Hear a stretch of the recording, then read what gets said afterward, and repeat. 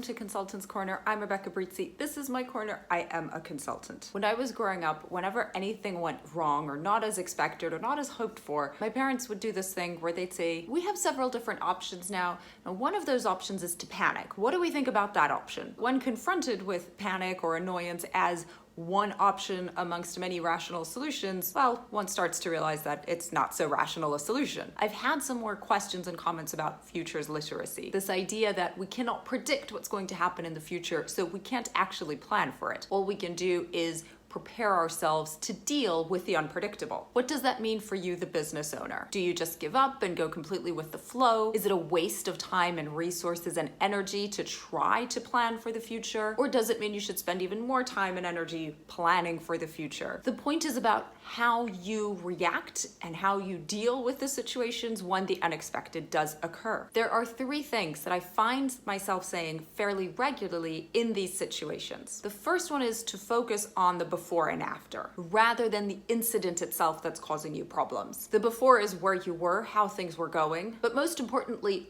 why they were going that way. What was good about the before. The after is how you want things to be going, given this new situation. Don't forget that you do have more control than you probably think you do. Don't spend all your time and energy on the incident itself, but rather remember the parts that came before that were good and you want to maintain, and what you want things to look like after. Put your energy into the elements within those that you do control. The second thing I find myself saying a lot is the single next step. This goes back to the make tiramisu video. It's impossible to make tiramisu. It is only possible to go through the numerous individual steps that will eventually result in a tiramisu. That's your situation when something unexpected happens or when something unexpected goes wrong. Don't try to solve the problem as the single next step. The next step can only be the single next step that you can actually realistically take. It's one thing. It is probably not the full-grown solution. Get granular in these situations. Stand alone tasks or moments. If I am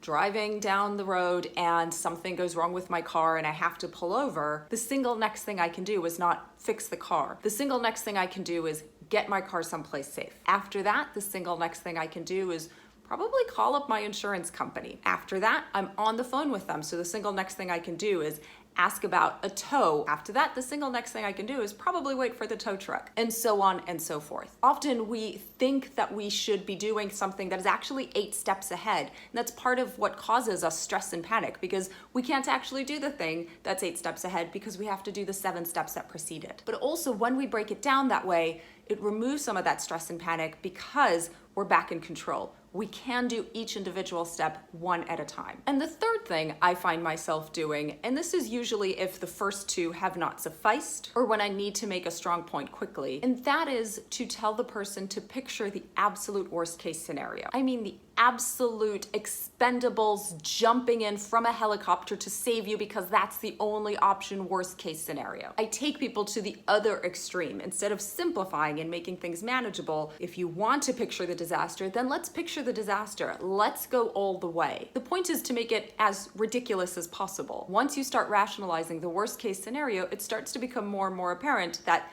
that worst case scenario is fairly far-fetched. It's completely unrealistic. It's not going to happen. And from there, it's easier to scale back and start to look once again at what does this person actually control. Makes life easier. To summarize, in the moments of, I don't know what to do next, think about the before and after. Don't focus on the disruption event. Focus on what should be happening, what you want to happen, and the parts of that you can control. Number 2, break it into minuscule individual steps. You can only do the next step that you can realistically do. Find that, do that. Number 3, envision the worst case scenario. Go crazy, go to the extreme. Let it be apocalyptic, and then scale yourself back to where you actually are now and what is realistic. What trick do you have for dealing with unexpected events? Those uh-oh, what now moments. Share your methods for overcoming those or pushing through those. It's always useful to find new ways to deal with difficult situations. So much of it is just about shifting your paradigm to be able to actually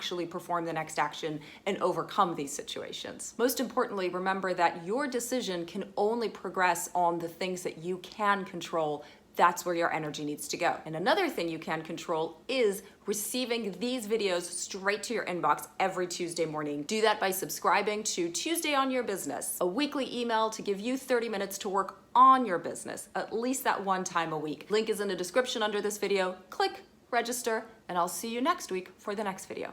Bye now.